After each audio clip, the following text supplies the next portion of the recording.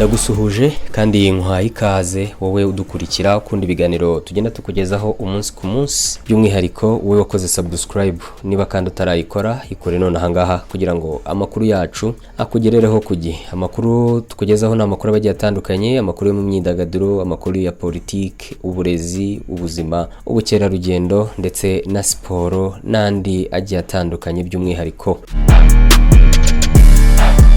Muri aya makuru yacu rero y'uyu munsi reka nkubwire ko u Rwanda cyangwa se RDF muri rusange yashoje ibikorwa byayo yagiriraga mu gihugu cya Jamaica cyangwa se muri Jamaica, aho yari yaragiye kunganira GDF cyangwa se Jamaica Defense Force mu guharanira cyangwa se mu kubaka igihugu mu biza byatewe na Hurricane Melissa. Hurricane Melissa ni kimwe mu biza cyangwa se ni ikiza cy'amateka cyatewe n'umuyaga ukomeye wabaye muri Jamaica ku itariki 12 z'ukwezi kwa 10 umwaka wa 2025. Nyuma rero ukaba warateje ibihombo bikomeye cyane, aho bigaragara ko wateje igihombo kingana na miliyari 8,800,000 by'amadolari, kaba rero ari mu kigereranyo cya 41% by'umusaruro mbumbe wabangirijwe cyangwa se wabatakaje umusaruro cyangwa se n'abantu n'ibintu byabo muri Jamaica. Imiryango yose muri rusange igihombo wagize cyangwa se watewe nabo. Hakaba kandi harapfuye urupfu rw'abantu basaga 95 muri rusange abagize kiriya gice cya Caribbean cyangwa se 45 by'umwihariko barabo muri Jamaica. Akaba rero ingabo z'u Rwanda ku itariki 15 akaba aribwo baserutse i Kigali baje bavuye muri Jamaica by'umwihariko, aho bari kumwe na kamanda cyangwa se komanda wa Jamaica, ubuyobozi w'izi ngabo zo muri Jamaica witwa Admiral Antoinette Weems Goman, mushinzwe nawe kugarura umutekano ndetse n'ukuzo ndetse n'icyubahiro n'ibyiringiro muri iyo miryango cyangwa se muri nazo nshingano yari afite. Ingabo z'u Rwanda rero zari zifite by'umwihariko inshingano zo gukora ibikorwa bigiye bitandukanye, harimo nko kubaka ibikorwa remezo ndetse kuyufasha mu kubaka ibyo bikorwa nyine byangiritse, gufasha kubaka amazu y'abaturage, dore ko bubatse ingo 62 zose z'abagizweho ingaruka n'ibi biza, ndetse bakanafasha gusakara mwe mu mazu cyangwa se mu nzu zasenyutse zingera kuri 19, aho mu minsi 22 gusa babikoze muri icyo gihe kingana gutyo, ndetse bakaba baranafashije mu kwigisha ndetse no kuvugurura amashuri, ibyumba by'amashuri ndetse no gufasha ibigo nyine cyangwa se ibikorwa remezo by'amashuri by'aho abana bafite ubumuga cyangwa se bafite ubumuga naho bakorera, ndetse bakanatanga ubwisungane mu gufasha cyangwa se inyunganizi mu bijyanye no gufasha ayo mashuri. Bakaba rero kandi barakoraga ibyitwa muri rusange, babishyira muri rusange nk'ibyo mu Rwanda bisanzwe biba buri tariki ya nyuma y'ukwezi, aho mu Rwanda tuzi ko tugira icyitwa Rwandan Traditional of Community Work cyangwa se aho byitwa mu Kinyarwanda umuganda. Ingabo z'u Rwanda rero zikaba zamaze gutaha, ariko nanone mu gihe izi zamaze kugaruka mu Rwanda, ni mu gihe kandi harimo havugwa ibitandukanye, mu gihe havugwaga ko ingabo z'u Rwanda zari zaroherejwe muri Mozambique, byavugwaga ko nazo zishobora kuba zigiye kugaruka igihe cyose UN yaba idakomeje gutanga umusanzu cyangwa se gufasha bamwe mu gutanga ubufasha batangaga n'ubundi kugira ngo ubutumwa bw'amahoro u Rwanda cyangwa se ingabo z'u Rwanda zikorera muri ibi bihugu bifite aho bihurira no kurwanya ibyihebe, kurwanya amakimbirane ndetse n'ibibazo bya politike biba mu bihugu bigiye bitandukanye, aho baba baragiye kugarura amahoro hirya no hino ku isi, ko n'ubundi ntacyo bitwaye niba batari tayari cyangwa se leta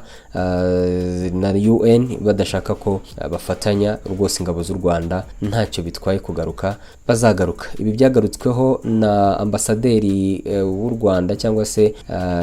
kuri ubu ngubu ni minisitiri w'ububanyi n'amahanga, akaba ari Olivier Nduhungirehe ambasada muri rusange. Akaba rero yarabigarutse avuga ko u Rwanda ndetse n'ingabo z'u Rwanda rwose ntacyo bitwaye, bari tayari kuba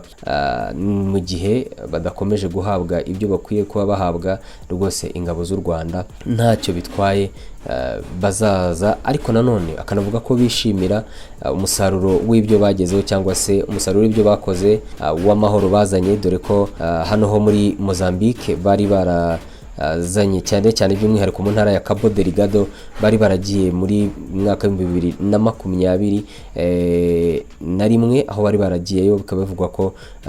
gukomeza kujyayo ndetse no kuba izi ngabo zarakomezaga kujya kuzana amahoro ndetse no gufasha kwirukana ibyihebe, dore ko bivugwa ko ibyitwa liquefied natural gas muri iki gihugu yasaga nkaho yari maze gusubira inyuma ndetse yari maze no guhomba cyane. Bivugwa ko ahasaga miliyari 20 z'amadolari zose zari zarahombye, ariko kuva ubu ngubu inyungu yabyo leta ndetse n'izi ngabo z'u Rwanda za RDF byari byarafashije kugira ngo umutekano ugarukemo, banishimira umusaruro bari bamaze kugeraho, kandi ko niba batakomeje guhabwa ibyo basabwaga ndetse bumva yuko